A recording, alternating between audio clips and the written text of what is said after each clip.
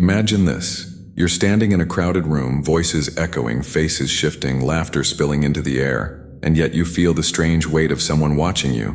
You turn your head quickly, scanning, but there's no one. Only the faint, unnerving realization that the gaze doesn't come from outside at all. It comes from within. Something follows you.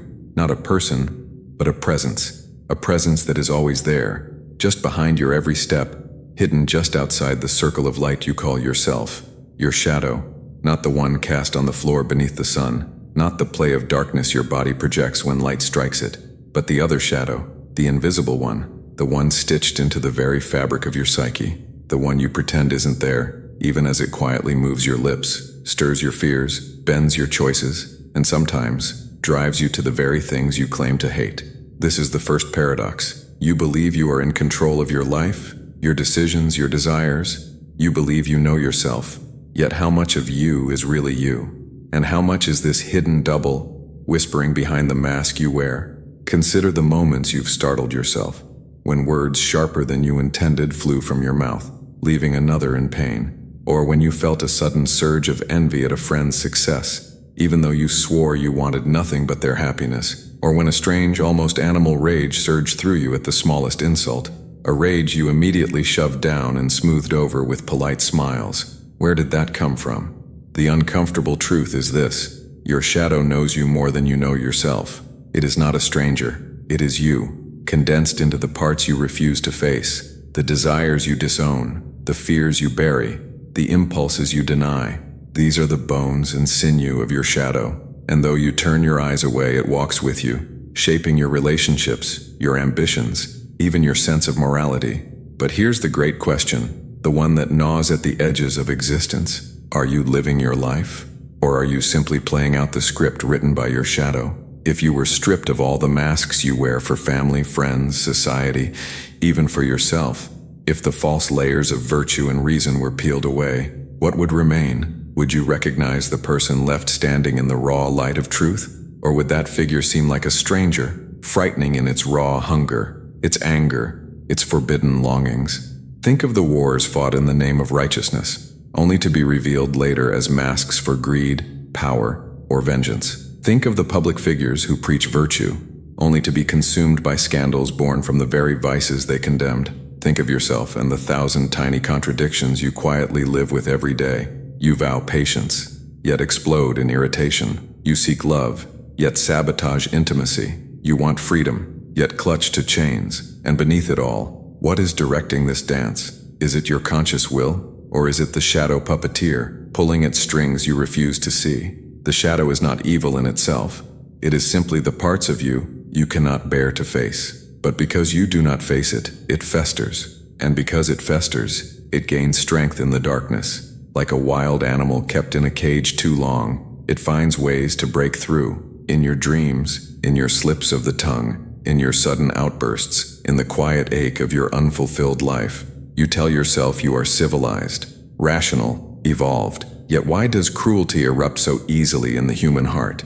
Why does desire burn so ferociously against the thin veil of morality? Why does the shadow of who you are and who you fear to be cling to you even when you run? Maybe the real terror is not that you have a shadow. The real terror is that your shadow has you. And if that is true, if the unseen force trailing you has more power over your choices than your conscious mind, then everything you call freedom, identity, morality, even love, may be nothing but the echo of something darker, deeper, and more honest than the mask you wear. So the question is not whether you have a shadow. The question is, how much of your life already belongs to it? And if that question makes you uneasy, good, because unease is the first crack in the surface of denial. Through that crack you can begin to see what lurks underneath. But to look directly at it, to admit it exists, is the beginning of a journey that may unmake everything you thought you knew about yourself. The journey into your shadow. What you fear most is not outside you. It is inside you. That is the essence of the shadow. But why does it exist at all? Why does the human psyche create this invisible twin that lurks in the dark corridors of our mind? To understand this, you must first face the reality that human beings are not born whole. We are split creatures, torn between instincts and ideals, between primal urges and civilized masks, between what we are and what we wish to appear to be. Carl Jung, the Swiss psychologist who first gave language to the shadow, described it as everything we repress or deny in ourselves. Rage, lust, envy, greed, selfishness, but also forbidden talents, suppressed creativity, untapped power. The shadow is not just a container for darkness, but also for brilliance that never sees the light because it doesn't fit the image we project to the world. Jung believed that until we integrate the shadow, it governs us from the unconscious, shaping our destiny without our consent. Friedrich Nietzsche saw a similar fracture in human beings. He wrote of the masks we wear, the herd morality that tames us, the way we deny our deeper instincts in order to belong. In Thus Spoke Zarathustra, he warned of what happens when these instincts are denied too long. They return in twisted forms: resentment, cruelty, nihilism. Nietzsche's great question was whether one could live without these masks, whether one could face the abyss within and still affirm life. Arthur Schopenhauer went further, painting a bleak vision of human existence driven by what he called the will, a blind, irrational force of desire and striving that controls us far more than reason does. To Schopenhauer, our conscious mind is merely a servant of this hidden will, inventing justifications for desires that come from a place we cannot fully know. What is this will if not another name for the shadow, the endless hunger that never rests, no matter how much we feed it? And then there is Sartre, the existentialist, who confronted us with the terrifying truth of freedom. If we are truly free, if no God or system writes our destiny, then we are responsible for everything we are. Yet instead of embracing this freedom, we flee from it. We lie to ourselves. We create bad faith, pretending that we are mere roles, objects, machines. Why? Because facing the full scope of what we are, the light and the shadow, is unbearable. It is easier to live blind. But blindness comes with a cost. Think of the child who learns that anger is bad. Each time the child explodes, he is punished or shamed. Slowly, he pushes his anger deep down into the shadow, yet the anger does not vanish. It grows teeth. Years later, as an adult, he may find himself exploding at small triggers or worse, turning the rage inward as depression, self-loathing, or destructive habits. What began as a simple human emotion, exiled from the conscious mind, becomes a monster in the dark. Or imagine a girl who is told that ambition is unfeminine. Each time she hungers to excel, to dominate, to lead, she feels guilt and silences herself. She buries that fire in the shadow. But energy suppressed does not stay silent forever. Perhaps it emerges as jealousy toward successful women, or as resentment toward men. Or perhaps it simply rots inside, eating away at her sense of purpose. The shadow is born from repression, the parts of us society, religion, family, or even we ourselves cannot accept. But repression does not erase, it only hides. And what is hidden grows stronger precisely because it is unseen. Aldous Huxley once observed that most of us do not truly live with reality. We live with a reducing valve, filtering what we can bear to perceive. We curate not only the world, but ourselves. We filter our impulses until the self we present is only a fraction of the truth. But the cost of this filtering is that the rest of us, the unapproved parts, must go somewhere. They sink into the unconscious, into the realm of the shadow. This is why the shadow is not just personal, it is cultural, collective. Entire societies cast shadows. Think of nations that boast of peace while secretly thirsting for war. Think of cultures that glorify purity but are obsessed with pornography. Think of religions that preach love yet burn with hatred for outsiders. Just as individuals repress parts of themselves, so do civilizations, and their shadows erupt in violence, hypocrisy, and fanaticism. The frightening reality is this: the shadow exists because we cannot bear the whole truth of what we are. We need masks to survive. We need lies to belong. We create the shadow as a vault to hold all that we cannot carry in daylight. But here is the philosophical knife's edge. The more you deny it, the more it owns you. The more you claim, "I am not angry," the more anger finds a back door into your life. The more you claim, "I am not greedy," the more greed blinds you from within. The more you say, "I am not like them," the more you mirror the very things you condemn. Nietzsche warned, "Beware that, when fighting monsters, you yourself do not become a monster. For when you gaze long into the abyss also gazes into you." What he left unsaid is that the abyss is not out there.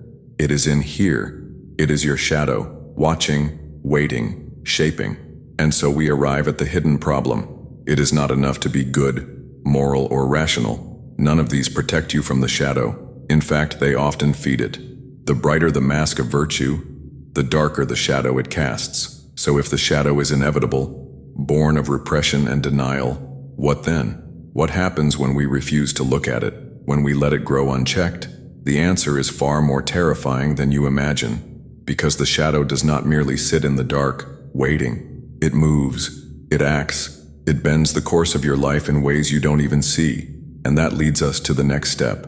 Not just why the shadow exists, but how it quietly shapes the world you live in. How it controls not only your private life, but entire cultures, relationships, and histories. And the shadow does not stay still. It is not a silent prisoner chained in the basement of your mind.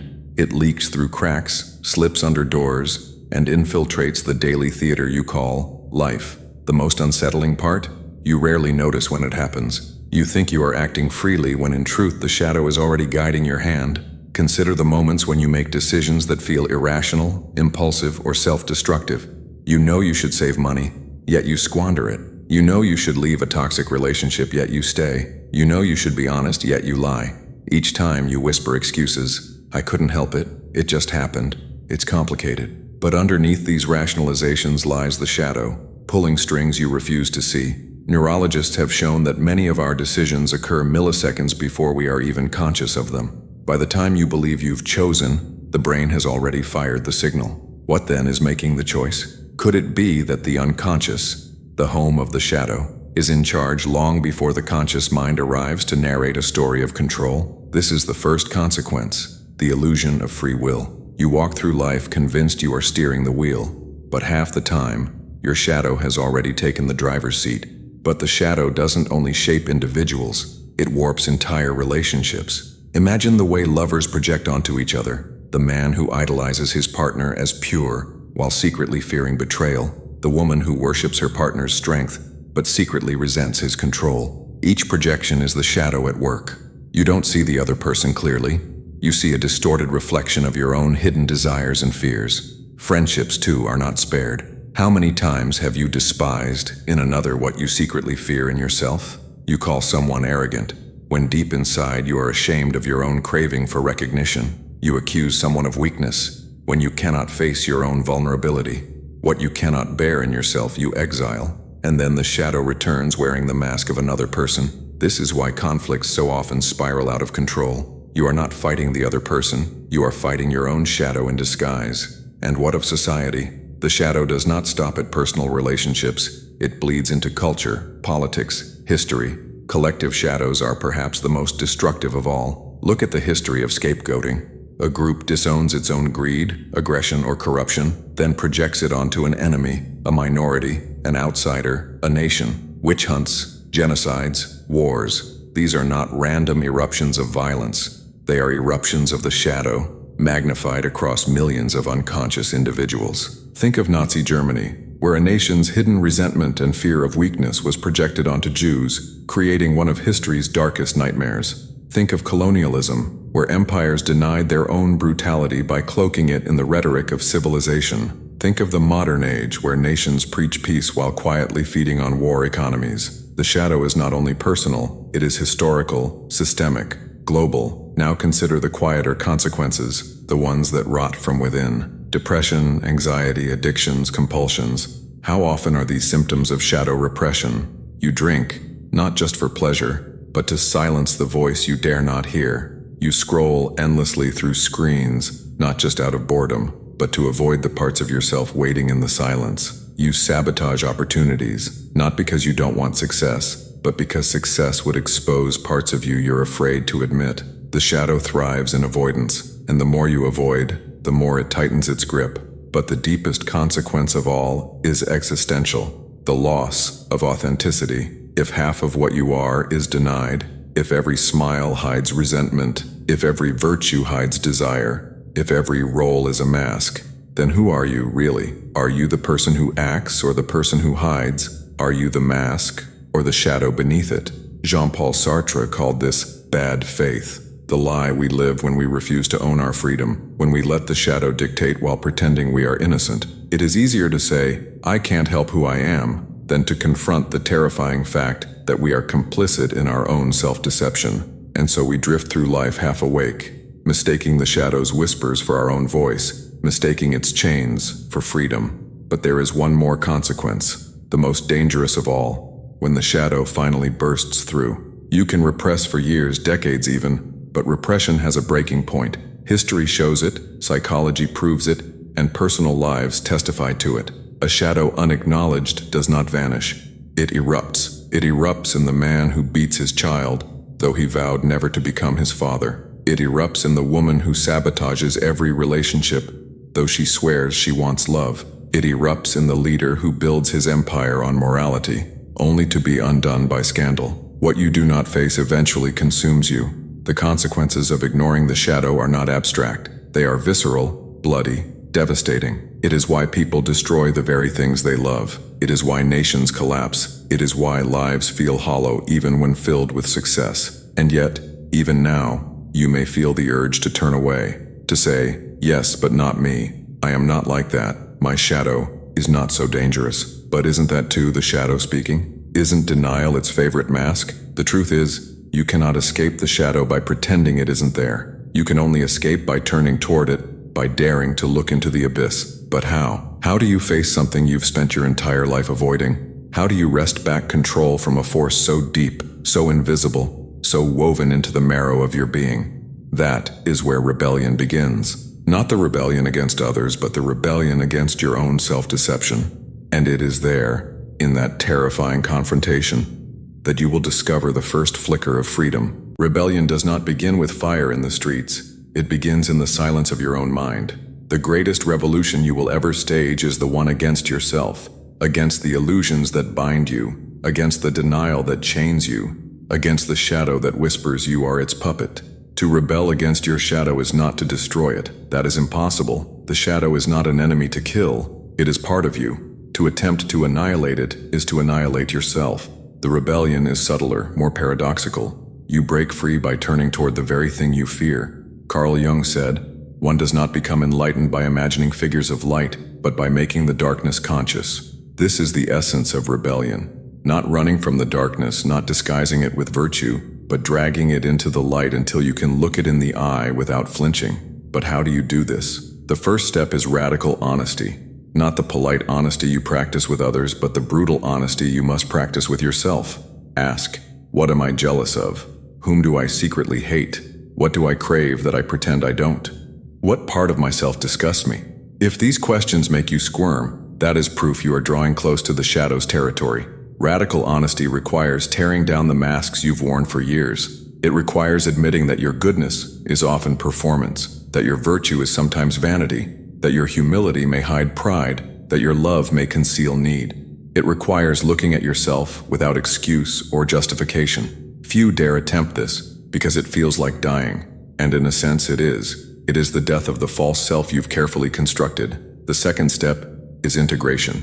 This means you do not exile the shadow, nor do you indulge it blindly. Instead, you acknowledge it, listen to it, and find a place for its energy in your conscious life. Rage, for example, can destroy, but rage can also fuel justice. Desire can corrupt, but desire can also ignite creativity. Fear can paralyze, but fear can also sharpen awareness. The rebellion is not in suppressing the shadow, but in transforming it. History offers glimpses of this transformation. Think of Siddhartha Gautama, who became the Buddha. His path to enlightenment was not an escape from suffering, but a direct confrontation with it. He sat beneath the Bodhi tree and faced Mara, the demon of desire, fear, and death, not by fighting, but by witnessing. The shadow came, and he did not run. Or think of Viktor Frankl, imprisoned in Nazi concentration camps. He could not choose his suffering, but he could choose his stance toward it. In that choice, he discovered meaning. In embracing the darkness rather than denying it, he found a freedom that no prison could take. Rebellion is also deeply personal. Consider the artist who no longer hides her forbidden impulses but pours them into her work, transforming shame into expression. Or the man who no longer denies his vulnerability but uses it to forge deeper intimacy. These are acts of rebellion because they defy the shadow's attempt to rule from the dark. But beware, integration is not indulgence. To accept your shadow does not mean to surrender to it. A murderer who says, "I am embracing my shadow," is not enlightened, he is enslaved. Integration requires discipline, awareness, and balance. It is the alchemy of turning poison into medicine. The third step is courage. To face your shadow is to face your deepest fears. It is to sit with guilt, shame, rage, lust, and grief without letting them devour you. It is to resist the instinct to flee, distract, or project onto others. Courage does not mean fearlessness. It means carrying on in spite of fear. Nietzsche spoke of the Übermensch, the one who creates his own values after staring into the abyss. Whether or not you believe in his vision, the principle holds. To break free, you must stop living second-hand lives dictated by culture, family, or fear. You must create your own meaning, even if it unsettles others. That act of creation is rebellion itself. The fourth step is shadow work in daily life. This means watching yourself when you are triggered, when envy flares, when rage rises, when shame burns. Instead of repressing or exploding, pause, ask, what is this emotion pointing to within me? This small act of awareness turns an unconscious eruption into conscious dialogue. The shadow thrives in blindness. It weakens under observation. Some use journaling, writing uncensored thoughts onto paper to reveal what hides beneath. Others use dreams, decoding the images that rise from the unconscious. Some use therapy, speaking aloud the truths long buried. These practices are not self-help tricks. They are forms of rebellion, acts of bringing the hidden into the open. And yet, the rebellion must go further. It must extend beyond the individual into the collective. Every society lives in denial of its shadow. To break free, we must question cultural myths, political masks, religious hypocrisies. We must see how the collective shadow operates and refuse to be its blind instrument. To resist scapegoating, to call out projection, to face historical guilt, these are forms of cultural rebellion. But perhaps the most radical rebellion of all is compassion.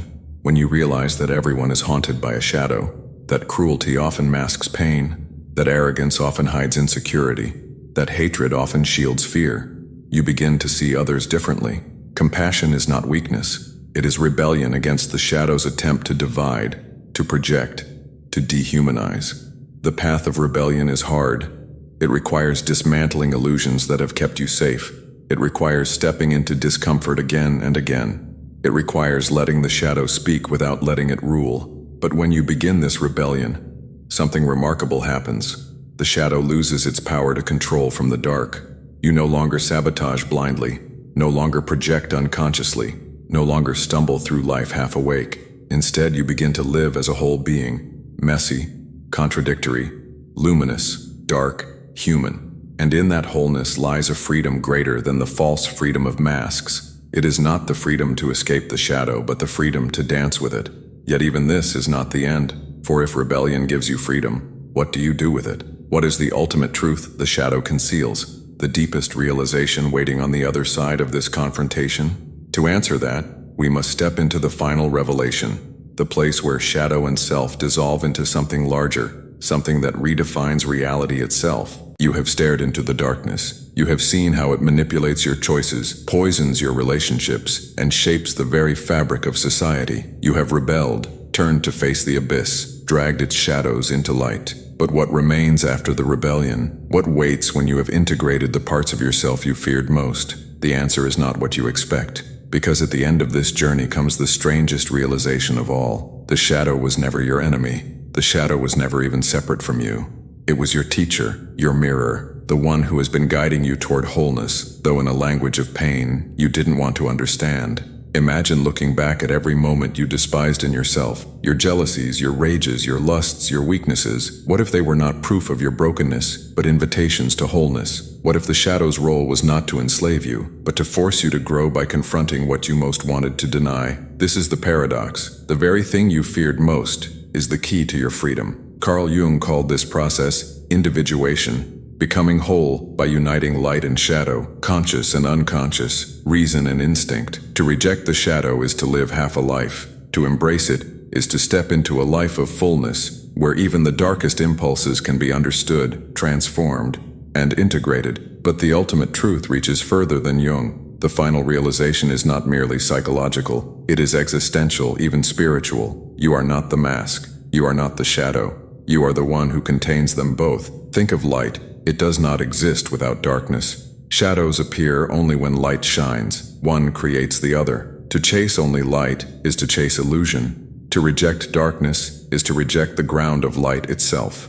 Wholeness comes not in choosing one over the other, but in realizing you are the space in which both appear. What does this mean for your life? It means that your rage, your fear, your lust, these do not define you, nor does your kindness, your patience, your generosity. You are not simply your virtues nor your vices. You are the vastness that holds them all, the silent witness in which the drama of shadow and mask unfolds. Nietzsche once proclaimed, "Become who you are." At first glance it seems simple, but what he meant was not to become the mask, nor to become the shadow, but to transcend the split itself, to become the one who integrates, creates, affirms, to look at all you are, animal and angel, saint and sinner, and say, "Yes, I am this, and more." The ultimate truth is freedom, not the fragile freedom of pretending you are only light, nor the destructive freedom of indulging every shadow impulse, but the radical freedom of wholeness, the freedom to no longer lie to yourself,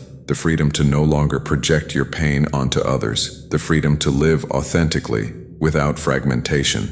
But this truth does not come cheap. It demands that you surrender your illusions, that you release the comforting idea that you are purely good, that you abandon the childish fantasy of purity. It demands that you carry the weight of your own darkness and still walk upright. And yet, once you do, something extraordinary happens. You begin to see others differently. You no longer split the world into heroes and villains, saints and sinners, us and them. You see that everyone carries a shadow. You see that cruelty is born of repressed pain, that arrogance is the mask of insecurity, that hatred is the shield of fear. This vision breeds not naivety, but compassion, the kind of compassion fierce enough to cut through illusions. Perhaps this is why so many spiritual traditions speak of enlightenment not as escape, but as union, not as rising above the shadow, but as embracing the totality of being. The Buddha touched the earth to witness his awakening, not to flee the world, but to affirm it in all its suffering and beauty. Christ descended into hell before resurrection. Mystics across traditions have walked into their own darkness to find the divine within it. The final truth is that your shadow is not a prison, it is a doorway. Behind it lies not destruction, but depth, not chaos, but creativity, not despair, but meaning. Viktor Frankl once said that meaning is not given by the world. It is created in response to suffering. And what is suffering, if not the cry of the shadow demanding to be heard? The very wound becomes the place where light enters. The very fracture becomes the path to wholeness. So here is the ultimate paradox. Your shadow controls your life until you see that it does not. The control was always an illusion, born of denial. When you face it, integrate it, and recognize yourself as larger than it, the chains dissolve. The shadow has nothing left to manipulate because nothing is hidden anymore. Transparency is freedom. Wholeness is power. And so you are left with a haunting, liberating question. If your shadow no longer controls you, what will you do with your life? Because now you cannot hide. You cannot pretend ignorance. You cannot excuse yourself as a victim of impulses you couldn't help. You know too much. You have seen yourself too clearly. The answer is yours to create. Perhaps you will channel your rage into justice, your desire into art, your fear into wisdom. Perhaps you will build relationships not of projection, but of genuine intimacy. Perhaps you will stop living half a life and begin living fully. Messy, dangerous, luminous, whole. But whatever you choose, know this. The shadow will remain, not as a jailer, but as a companion. Not as a curse, but as a reminder. A reminder that wholeness is never finished. That freedom is a daily practice. That authenticity is earned again and again. So walk forward, not into light alone, not into darkness alone, but into the vastness that contains them both. And when you hear the shadows whisper, do not recoil. Listen, smile, thank it for its service, and then step boldly into the life that is finally, unmistakably, your own.